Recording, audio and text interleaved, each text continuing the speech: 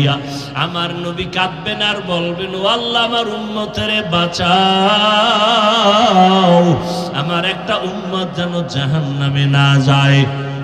ও নবী, আমার আল্লাহ তাআলা উম্মত গুলোকে নবীর কান্না দেখা বলবে, তাড়াতাড়ি তোমরা আলাদা হয়ে যাও। ওয়ামতাজুল ইয়াউমা আইয়ুহাল মুজরিমুন,